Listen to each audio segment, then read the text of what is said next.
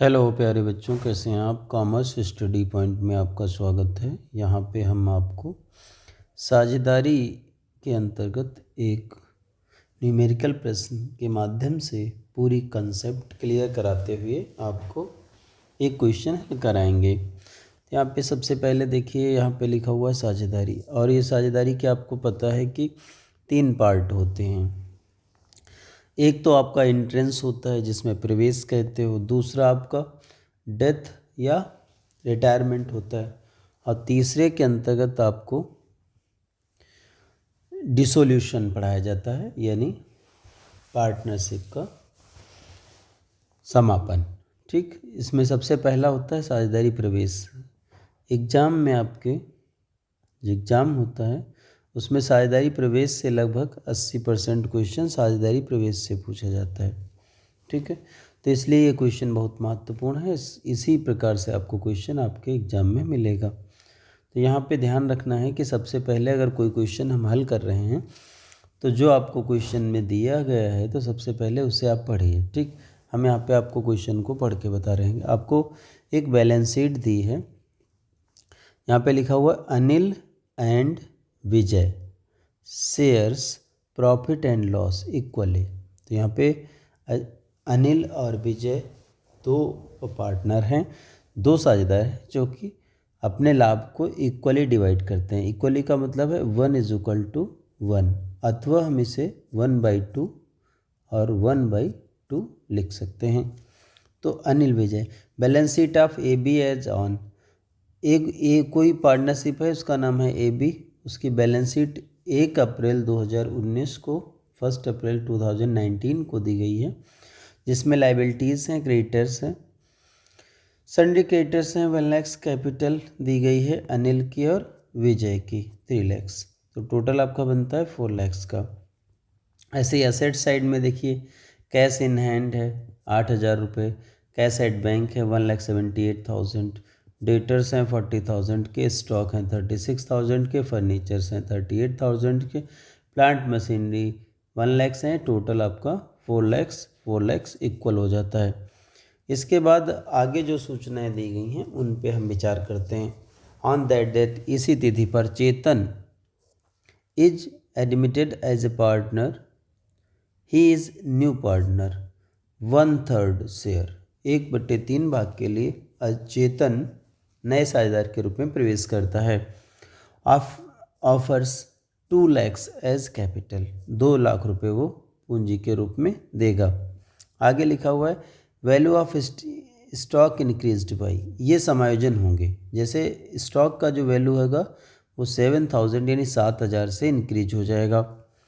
ऐसे 2,000 provision has been created against debtor, तो debtors के लिए 2,000 रुपये का प्रोविज़न बनाया जाएगा। 35,000 valued obtained from after revaluating furniture, furniture को 35,000 दिखाया जाएगा। यहाँ पे आप देखिए तो फर्नीचर आपके बुक में 38,000 यानी 38,000 का दिया है, जबकि फर्नीचर 35,000 होना चाहिए। Machinery casting 1 lakh purchase is not recorded. देखिए, यदि कोई संपत्ति ऐसी है जिसका रिकॉर्ड नहीं किया गया, यानी पहले से पुस्तकों में नहीं दिखाई गई, जैसे यहाँ पे पहले से पुस्तकों में मशीनरी 1 लाख रुपए की दिखाई गई और 1 लाख की और खरीदी गई होगी, जो कि नॉट रिकॉर्डेड है, यानी पुस्तकों में दिखाई नहीं गई है, पुस्तकों में दिखाई नहीं गई है, यानी छूट गई। जैसे खरीदी गई लेकिन उसे लिखने से भूल गए हैं। तो इस स्थिति में क्या करना है कि जो 1 लाख रुपए की मशीनरी है, इसे एक प्रकार से जैसे इंक्रीज वाला होता है, कितनी बढ़ गई तो क्रेडिट करते हैं, घट गई तो डेबिट करते हैं, तो उसी हिसाब से क्रेडिट में दिखाया जाएगा रिवैल्यूएशन अकाउंट के क्रेडिट साइड में। ठीक, आउटस्टैंडिंग कितना रेंट है 2,000 का है। अब यहाँ पे आपको क्या करना है, prepare revaluation account, partners capital account, cash account and balance sheet.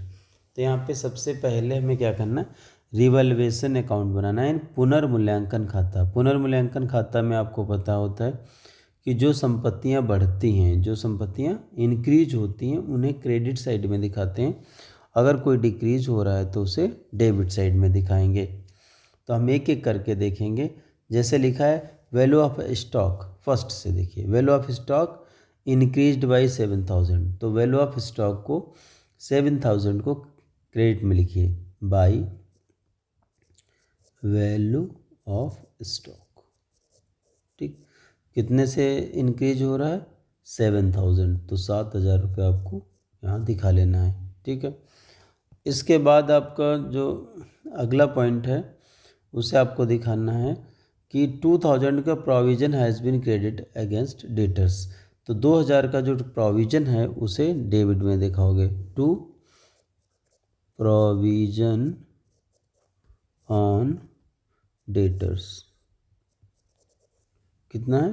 2,000। फिर उसके बाद ये फर्स्ट हो गया, ये सेकेंड हो गया। 35,000 valued obtained after revaluating furniture. Furniture को 35,000 दिखाना है। कितना दिखाना है? 35,000। और यहाँ पे दिखा कितना है? 38,000।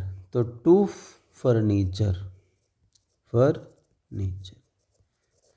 आपको पता है कि 38,000 का है, 35,000 दिखाना है। डिफरेंस कितना आएगा? 3,000 रुपये, यानी कमी आ गई। ठीक, तो उसे कमी को कोई भी संपत्ति होगा उसके मूल्य में कमी आती है तो उसे डेबिट साइड में दिखाना है। ऐसे ही आगे देखिए, तो ये आपका क्लियर हो गया point. A machinery costing 1 lakh not recorded, तो इसे हमने कहा था क्रेडिट में दिखाना है by machinery not recorded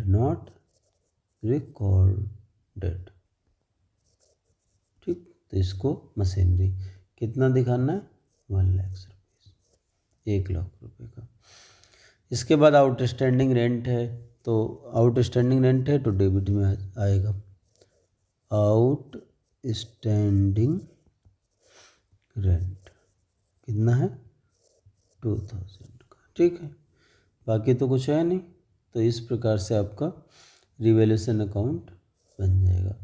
debit side को अलग जोड़िए, क्रेडिट साइड को अलग जोड़िए, और फिर जो टोटल ज़्यादा है उसको उससे जो कम है उसे घटा दीजिए। ठीक, तो यहाँ पे आ जाएगा 1,07,000। ठीक, अब इसमें से कितना घट जाएगा? 325 और 27, यानी 7,000 रुपये घट जाएगा। तो बैलेंस कितना बचेगा? 1 लाख रुपये।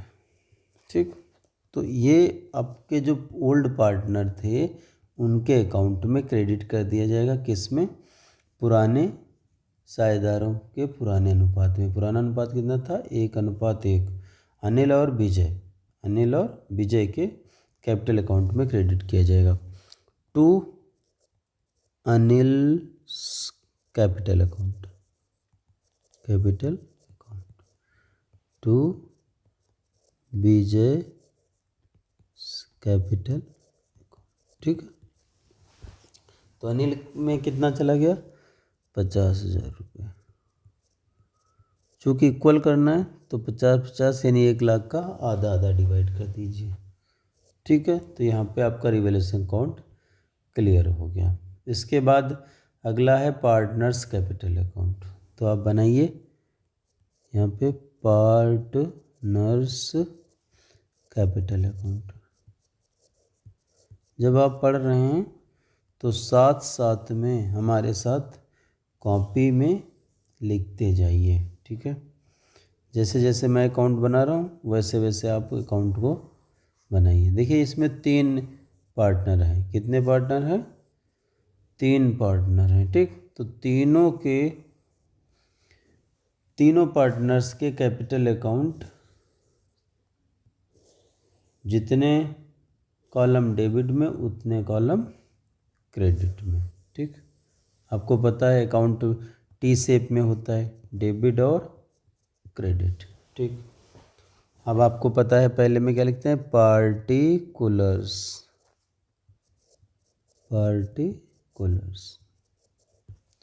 अब आपके पता है आपको नाम क्या है? पहला क्या नाम है? अनिल है, तो अनिल हो गया। फिर है विजय। फिर नया पार्टनर जो आया था उसका नाम था चेतन, तो लास्ट हो जाएगा चेतन। ठीक, अनिल, विजय और चेतन। ठीक है, तो ये आपके तीनों पार्टनर लिख दिए गए। ठीक, सबसे पहले क्या होता है कि सबसे पहले जो पार्टनर होते हैं उनका बैलेंस जो कैपिटल अकाउंट में था उसे लिखिए। तो क्या लिखोगे? बाई बैलेंस BD,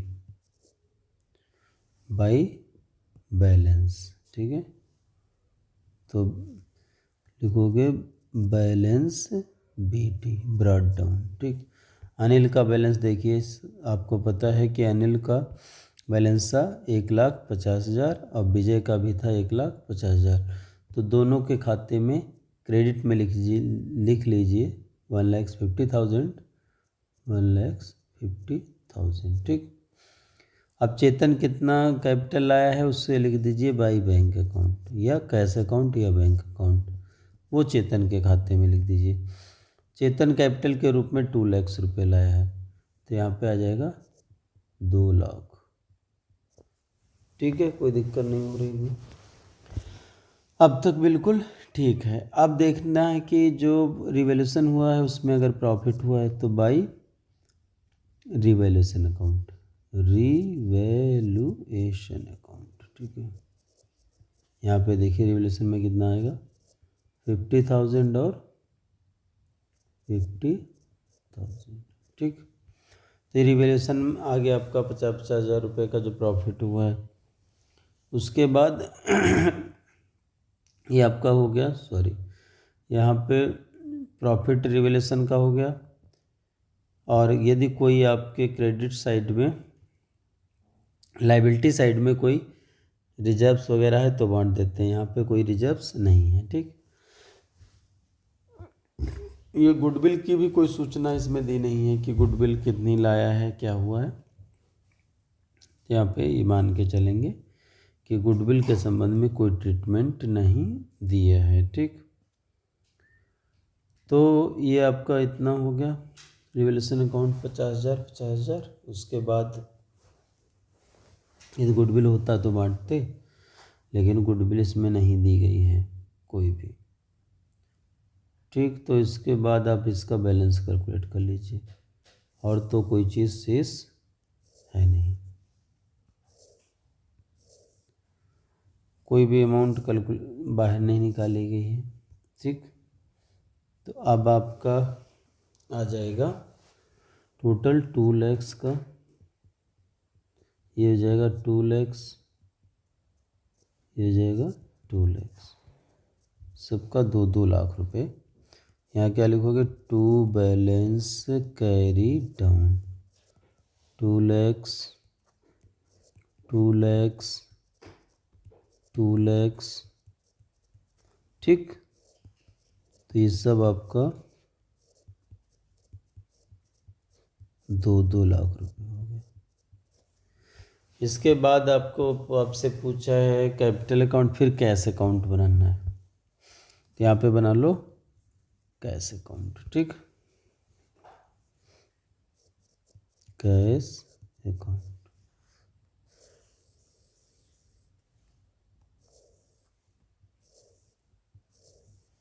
देखते हैं कैश में सभी संपत्तियों के डेबिट बैलेंस होते हैं।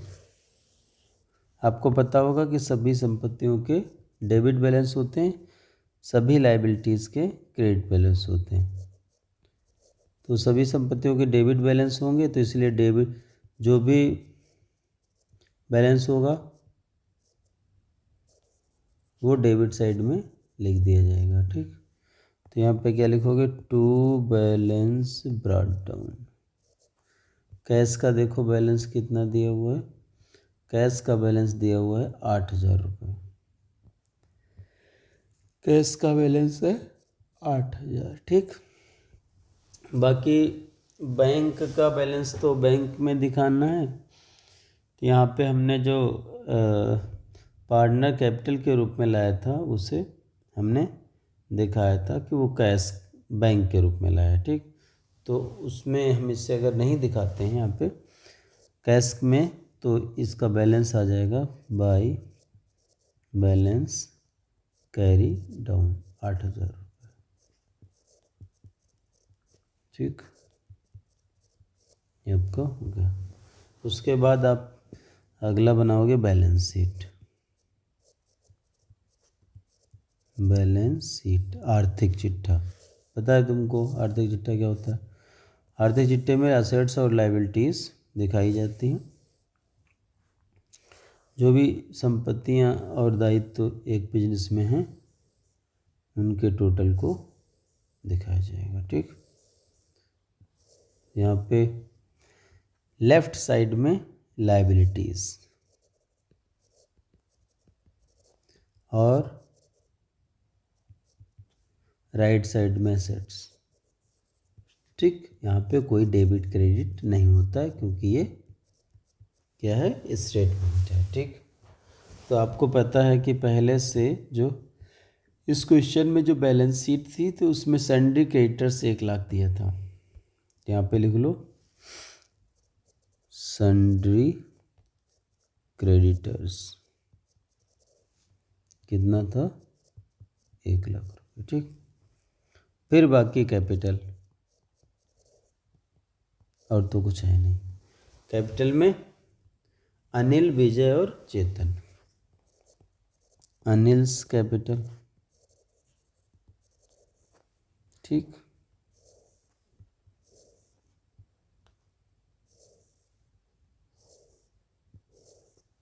अनिल कैपिटल, फिर विजय कैपिटल, फिर चेतन कैपिटल, चेतन्स कैपिटल। तीनों की कैपिटल आपको पता है कि कैपिटल अकाउंट में जो बैलेंस है वो 2 लाख का है। 2,00,000,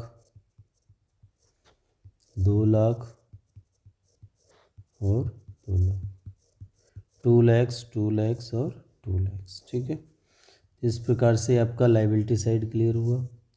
अब हम सबसे पहले असेट साइड को भी साथ में मेंटेन करेंगे। तो असेट साइड के लिए देखिए यहाँ पे सब कैश इन हैंड है। सबसे पहला क्या है, कैश इन हैंड। ठीक, तो यहाँ पे लिख लो कैश इन हैंड। कहाँ से लिखा जाएगा, जो आपका अकाउंट बना था। फिर लिखो cash at bank, cash at bank.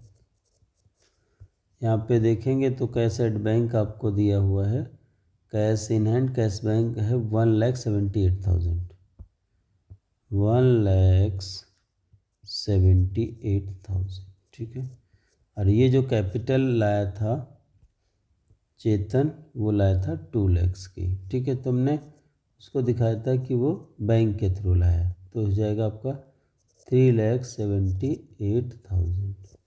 ठीक, टोटल हो गया 3,78,000। तो कैश एट बैंक क्लियर हो गया। उसके बाद अगला है डेटर, 40,000 का डेटर है, तो यहाँ पे लिख लीजिए डेटर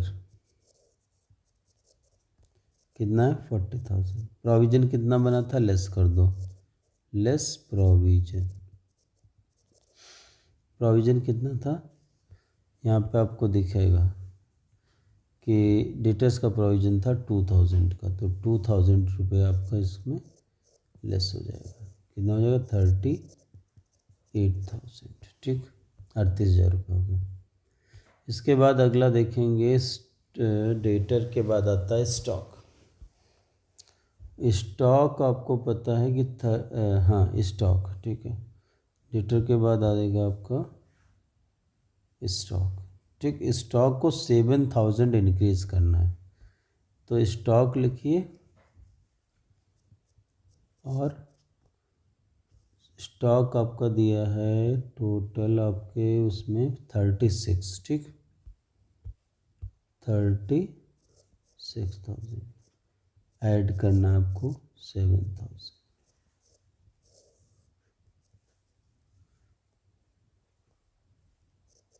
43,000। ठीक है, तो 36 और 7 43,000 43 यानी 43,000 रुपये। इसके बाद अगली जो असेट्स आती है वो है आपकी फर्नीचर। तो लिखिए इसको, लिखिए फर्नीचर। फर्नीचर कितना दिखाना था आपको? क्वेश्चन में दिखा था कि फर्नीचर को 35,000 दिखाना है, 35,000, ठीक। उसके बाद फर्नीचर हो गया आपका। फर्नीचर के बाद प्लांट एंड मशीनरी। फर्नीचर के बाद प्लांट एंड मशीनरी, ठीक। प्लांट एंड मशीनरी में आपको पता था कि 1 लाख की प्लांट एंड मशीनरी छूट गई थी, यानी रिकॉर्ड नहीं हुई थी। रिकॉर्ड नहीं हुई थी तो यहाँ पे रिकॉर्ड कर देंगे। कितना हो गया? 2 लाख, ठीक। तो यहाँ पे जो टोटल आपका है, तो यहाँ पे हो गया प्लांट एंड मशीनरी का 2 लाख हो गया। अब यहाँ पे देखिए जो भी परिवर्तन हुए थे उन्हें हमने कंसीडर कर लिया है। डेटर, फर्नीचर, आउटस्टैंडिंग रेंट रह गया अभी, आउटस्टैंडिंग रेंट। आउटस्टैंडिंग रेंट कहाँ जाएगा? वो जाएगा आपका लायबिलिटी साइड में। क्या लिखोगे? आउटस्टैंडिंग रेंट कितना है? 2,000, ठीक। इस प्रकार से आपका बैलेंस शीट क्लियर हुआ। अब आप टोटल कर दीजिए, ठीक। तो टोटल करेंगे तो आपको पाएंगे 30 आपके हो गई है, और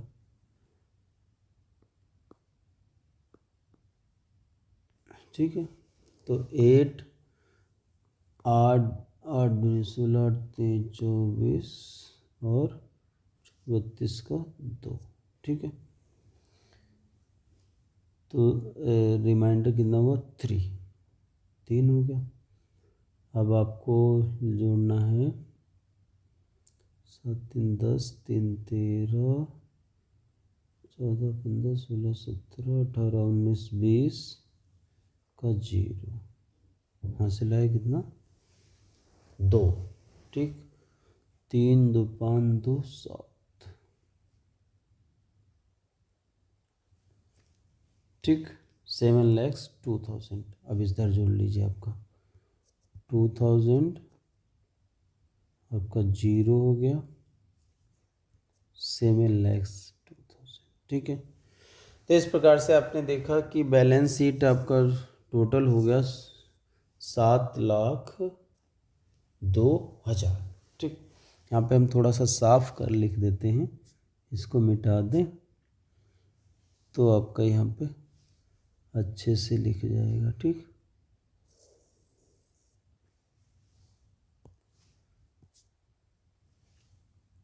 अब आप लिख दें यहाँ पे 7,02,000, ठीक है। तो आपने सीखा यहाँ पे कि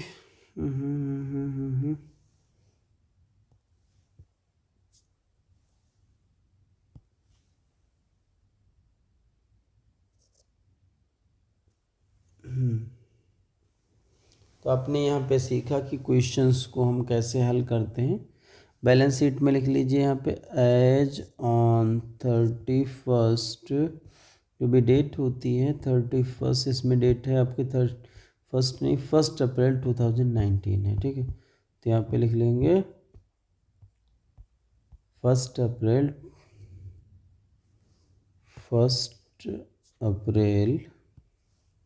एज ऑन 1 अप्रैल 2019, ठीक। इस प्रकार से आपका क्वेश्चन क्लियर हो गया, ठीक है। तो आप इसको क्वेश्चन को एक बार और हल करके देख लीजिए, कोई दिक्कत हो तो बताइए। और पूरा क्वेश्चन है कंप्लीट, इसमें क्या क्या जो मेन चीज़ें थी उस क्वेश्चन में, इस क्वेश्चन में मेन जो चीज़ें थी उसे रिवाइज कर लो।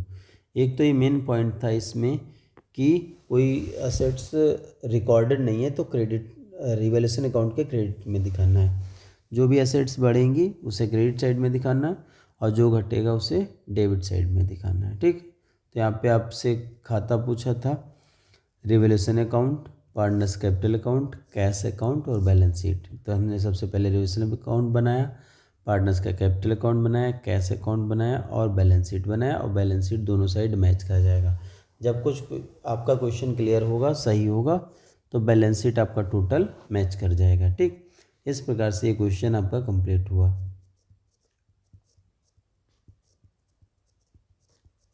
ठीक, अब आप इस क्वेश्चन को आप अपने फ्रेंड्स को शेयर करिए, लाइक करिए, सब्सक्राइब करिए और बार बार क्वेश्चन को देखिए और समझिए, जिससे कि आपको पार्टनरशिप में कोई दिक्कत ना आए। फिर हम अगले क्वेश्चन के साथ मिलेंगे। ठीक है, तब तक के लिए पढ़ते रहिए। थैंक यू, धन्यवाद।